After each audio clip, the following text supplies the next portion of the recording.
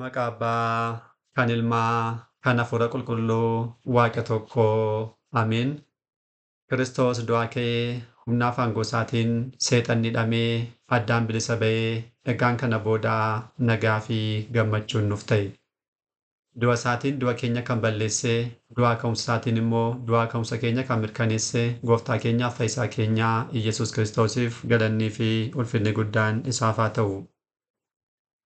Sagalee kana kan dhaggeeffattan maatiiwwan Waaqayyoo, ijoolleen haadha keenya qulqulleettii Dubroo Maariyaam bakka adda addaa kan jirtan hundumti keessan maqaa Gooftaa keenyaa Fayyisaa keenyaa Iyesuus Kiristoosiin nagaan sin gaafadhaa. Akka kasaatii bakka jirtanitti akkam bultanii, akkam ooltanii, akkam galgaleessitanii. Ameen. Galateeffamuun amala uumaa keenyaa Fayyisaa keenyaa Sillaasee kan ta'e maqaan isaa baddaa samii irratti afaan qulqulloota ergamoota isaatiin afaan qulqulloota abbootii keenyaa fi harmoolii keenyaan yeroo hundumaan galateeffamu qulqulluun maqaan isaa nu birattis guddaa kan galatoomeef kan ulfaate nuuf haa ta'u. Deessuu Gooftaa keenyaa haadha hunduma keenyaa qulqulleettii Dubroo Maariyaam qulqulloota ergamoota Waaqayyoo qulqulloota abbootii keenyaa fi harmoolii keenya hunduma isaaniidhaafis akka kennaa isaaniitti galannii fi ulfinni isaaniif haa ta'u. Egaan maatiiwwan Waaqayyoo koorsii keenyaa qo'annaa kitaaba qulqulluudhaan boqonnaa ja'affaa kutaa darbeen akka jalqabne ni beekama. Guyyaa darbee kutaa jalqabaadhaan akkuma ibsine boqonnaa kanaan gaaffilee kitaaba qulqulluutti kaa'inaaf deebiiwwan isaanii kenninaa jechuudhaan akka seensaatti amantaalee biroodhaa fi kitaaba qulqulluutti immoo ilaalcha isaan qaban kan jedhu. Akkasumas warreen kitaaba fudhatan immoo kitaabni isaanii akkamitti lakkoofsa akkamii akka inni qabu jenne kutaa jalqabaadhaan manneen amantaa lama laallee turre. Kan jalqabaa yaa akka amantaatti kan dhaabbatan eetistootadha. Eetistoonni mataan isaanii mana amantaa ni qabu. Inni mataan isaa akka amantaattidha salphaadhumatti eetisti kan jedhamu. Bergit amanuu jechuun wanti hin jirre tokko wanti hin mul'anne tokko akka jirutti amanuu jechuudha miti. Eetistiin garuu wanta amanuu hin qabu. Ta'es garuu mataa ofiitti wanta amanuudhaaf innumti mataan isaa mana amantaa ni qaba. Dabataan kan lammaffaa immoo Yihuudoota kan jedhullee ilaalleedha adda kan dhaabbanne. Guyyaa har'aa immoo suma kanatti dhufuudhaan akka fedhaaf eeyyaa Waaqayyootti kutaa sadaffaa kanaan kutaa lammaffaa kanaan jechuudha lakkoofsa sadaffaa irraa kaane kan itti fufnudha kan ta'u jechuudha. Waaqayyo abbaan keenyaa akkuma yeroowwan darbanii har'as nu gidduutti argamuun fedhaaf eeyyama isaa nuuf haa ta'u. Sadaffaarratti kan ilaallu alagootadha. Alagootadha. Yaa'u baay'oolii keenyaaf wanti kun haaraa miti. Hiikkaan isaa salphaadhumatti alagoota jechuun namoota jiraachuu Waaqayyootti amananiidhaa fi kitaaba qulqulluu kakuu moofaas ta'e kakuu haaraa guutummaadhaan kan hin fudhannedha. Isaan kun maal jedhamu? Alagoota jedhamu. Waaqayyo akka jiru, uumaan akka jiru, addunyaa kana kan bitu, kan jiraachisu akka jiru ni amanu. Garuu kan kiristaanummaatti gaafannu garuu kitaabilee qulqulluu kana kakuu moofaasaa ta'e kakuu haaraa guutummaatti kitaabilee kana warreen hin fudhanne alagoota jedhamu. Namoonni kun Waaqayyoo ni jira haa jedhan malee waaqa jiru kana yookiin immoo waaqa amanan kana kan isaan ibsan haala kitaabni qulqulluun ittiin ibsurraatii kallattii adda ta'inidha. Waaqayyoo ni jira jedhu garuu jiraachuu isaa immoo kan ibsan kan amanan kallattiittiin kitaabni qulqulluun waa'ee Waaqayyoo dubbaturraatii baay'ee kallattii adda ta'eedhaan kan isaan ibsanidha. Waaqayyoo kitaaba qulqulluu irratti yaa'u haala inni ittiin of ibsa ni jiru. Kallattii adda addaatti Waaqayyo mataa isaa mul'iseera. Innaa isa kana fudhachuurra akkamitti akkas ta'a jechuudhaan Waaqayyo kallattii inni barbaadeen of ibsuu danda'a. Wanta barbaadeedhaan waa'ee isaa dubbachuu danda'a. Namoonni kun alagoonni kun garuu akkamidha? Kallattiitti Waaqayyo of ibse kana fudhachuurra maal jedhu kun akkamitti akkas ta'uu danda'a jechuudhaan kallattii dandeettii sammuudhaa namaa hubachuu danda'u qofaadhaan Waaqayyoodhaan ibsuu qabna danda'uu qabna jechuudhaan namoota yaadanidha. Kun sammuu keenyaa ol yoo ta'e akkamitti ta'uu danda'a jechuudhaan kanneen gaafatan jechuudha. Isaan kanadha. Innaa walumaa galatti egaa yeroo guduunfinu namni barumsa kiristaanummaatti namannu. Barumsa kiristaanummaan barsiisutti guutummaatti namni namanni tokko maal jedhama? Alaga jedhama. Isaan kanaaf islaamummaa kaasuu dandeenya.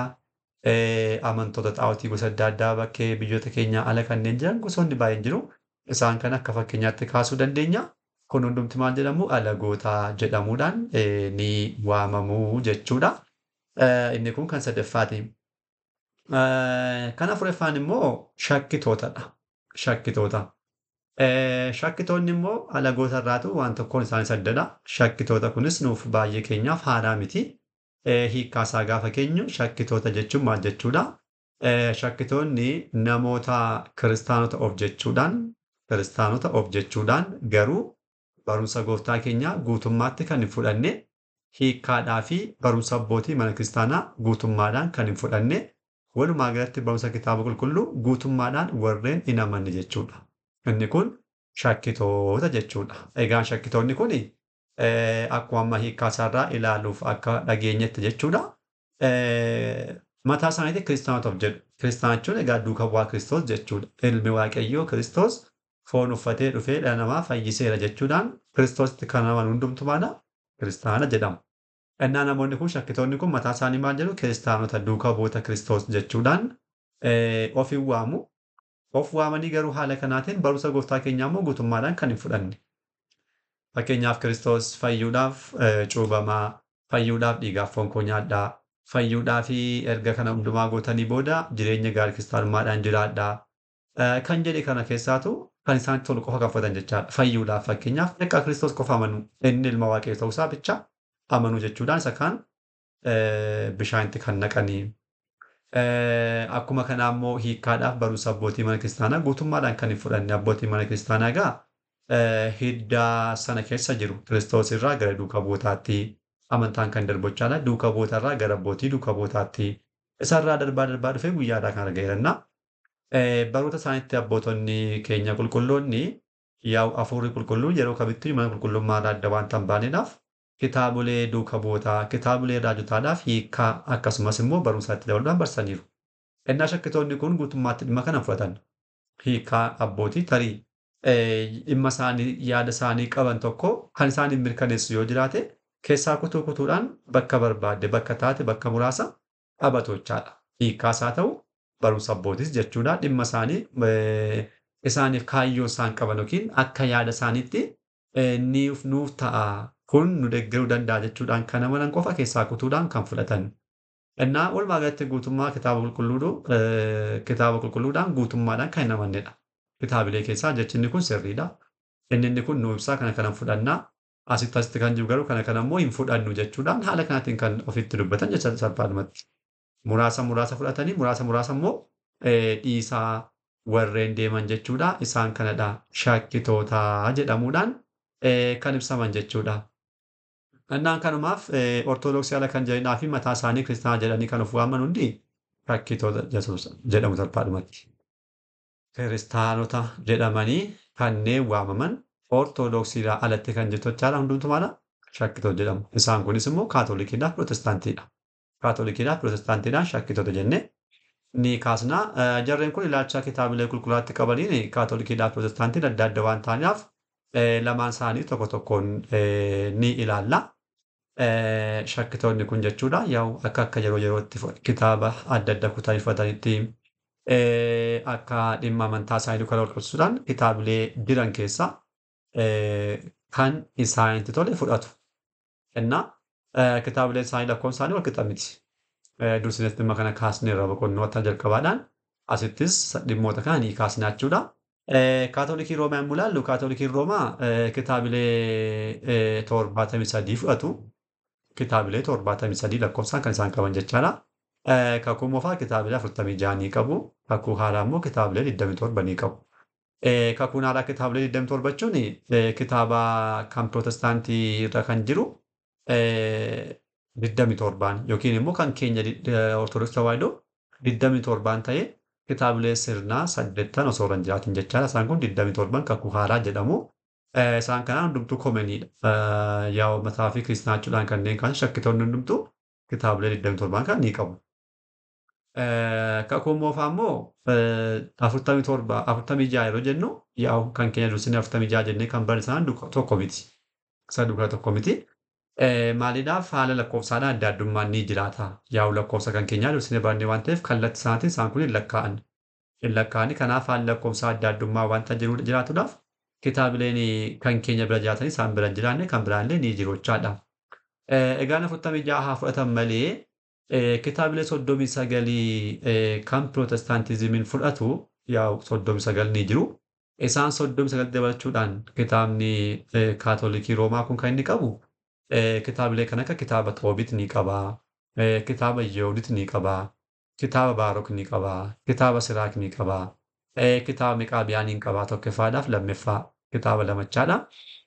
Kitaaba ogummaa ni qaba, kitaaba Solomoon dursinee kan baranne, akkasumallee kitaabilee Raajii Daani'el Dukana kanneen lakkaa'aman dursinee kan baranne, faarfannaa ijoollee sadanii, soosinnaa, kitaaba soosinnaa, kitaaba haftee Daani'el yookiin immoo Beeliif Diraagoon kan jennu kitaabilee kana cimmir ni qaba jechuudha. Kitaabni kun yeroo dhiyootti kan intinaa ta'e miti. Dursee naannoo jaarraa Afuriffaa keessa kan ture kitaabni isaanii jechaadha. Yeruma Kaatolikiin adda bahu kitaaba kan mataasaa qabatee adda ba'eera. Kitaabileen kun ni argamu jechuudha. Innaa kitaabileen amma tarifaan kun yeroo sana jaarraa Afuriffaa irratti jaarraa Afuriffaa fi Shaniffaa gidduutti Kaatolikii Roomaadhaan ni beekamu jechuudha. Achumarraa kaasanii qabatanii kan dhufanidha. Itti aanee shakkitoonni warri biraa Pirootestaantiizimiidha. Pirootestaantii kan jenne jechaadha. Inni kun immoo Pirootestaantiizimiin kitaabilee kakuu moofaa 39dhaa fi kitaabilee kakuu haaraa 46dha kan isaan fudhatanii 27dha kan isaan fudhatanii. Egaan 39 fi 27 bakka tokkotti gaafa lakkaa'aman 66 ta'u. Kitaabilee 66 kan Pirootestaantiidha jechuudha.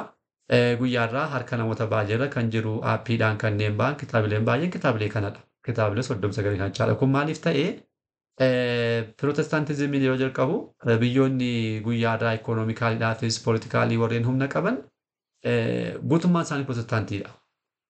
Innaa sanaan maal ta'uu danda'eera biyyoota irra gargaarsa adda addaan gaafa deemanii humnas wanta qabaniidhaaf ikoonomiidhaan baay'ee wanta darbaniidhaaf poolitikaadhaan wanta jiraniidhaaf kan isaanii maal godhaniiru addunyaa caananiiru. Innaa kanarraa kan ka'e achi Awurooppaa irraati Jarmanii fi UK keessaa kan ka'e addunyaarra kan tamsa'e jechaadha. Haala kanaatiin kitaaba 66 ta'uu danda'eera. Even amma biyyootuma Kaatolikii keessa deemtan iyyuu kitaabileen aappiidhaan fayyadaman isaan kitaaba 66dha. Itoophiyaa keenya gaafa ilaaluus 81 namoota muraasa harkadha kan inni jiru kitaabni aappiidhaan jechaadha appilikeeshinii ilaalle. Namni hunduu kan baatu 66dha. Innaa kun kan ta'e isaan kun taxinoo uumaniiru beekaa. Warreen biyya alaa kun warreen ikoonoomikaalii humna qaban kun kitaabicha haala salphaatti akka inni galu deeggarsa adda addaa gochuudhaan guyyaa irraa osoo hin taane durumarraa jalqabanii durumarraa kaasuudhaan haala kaatiin ta'uudhaan addunyaa guutummaa irratti kitaabni abbaa 66 kun bakka kamittiyyuu akka argamu ta'uu danda'eera. Isaantu haala kanaatiin akka guutamu taasisee jechuu barbaadeetuni.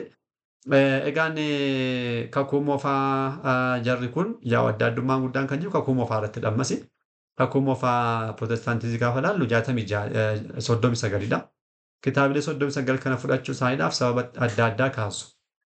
Kitaabilee kana 39 qofatu fudhannaa yeroo jedhaman maaliif kana qofa fudhattu jettanii gaafattan sababoota baay'ee kaasu hiika abboota 72 irratti kitaabilee kana qofatti tarreeffameedhu.